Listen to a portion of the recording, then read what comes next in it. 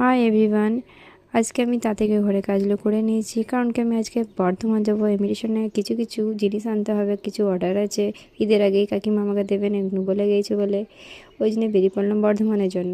সাথে সোনা মা যাচ্ছে, সাথে আমার বড় মেয়ে আছে। বেরিয়ে পড়েছি। এদিকে দেখো সিনারিটা কি সুন্দর লাগছে। সকালের দিকে একটু শীত ছিল বলে বাবুকে একটু সোয়েটার আর টুপি পরে নিয়েছিলাম। এদিকে সিনারিটা দেখছিলাম, খুব সুন্দর লাগছিল, খুব সুন্দর লাগলো। এদিকে চলে এসেছি আমরা বর্ধমান।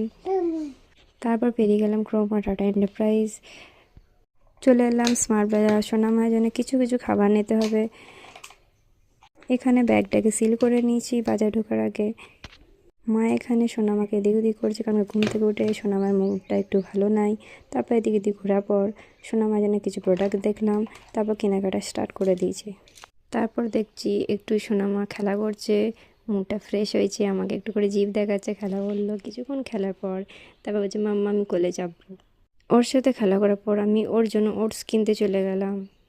ওটসটা নেওয়ার পর আমি ভাবলাম যে ওর জন্য চিড়েটাও নিতে হবে, ভুলে গিয়েছিলাম। ওই জন্য ফরচুনের চিড়েটা দেখছিলাম কোথায় আছে, ওই জন্য ফরচুনের চিড়েটা ওইখানে, ওই জন্য ফরচুনের চিড়েটাও নিয়ে নিলাম। তারপর আমি বলছি আমাকে ডার্ক ফ্যান্টাসি একটা মিল্ক শেক কিনে দাও। ওকে একটা কিনে দেওয়ার পর আমি একটু এদিকে, তারপর আমি চলে এসেছি আমার ইমিটেশনের জিনিস, যেখানে মিলেই অনেক অনেক ঈদ আসবে বলে নতুন নতুন স্টক এসছে। এটার দিকে খুব সুন্দর লাগলো, অনেক নিউ নিউ মডেলের জিনিস আছে, সেগুলো দেখলাম কিছু কেনাকাটার পর। তারপর চলে এলাম রয়্যাল বিরিয়ানি। আমার বড় মেয়ে বলছে আমি বিরিয়ানি খাবো মা, ওই জন্য ওর জন্য একটু বিরিয়ানি প্যাক করে নিয়েছিলাম। বাড়ি চলে এলাম। Tata, bye bye.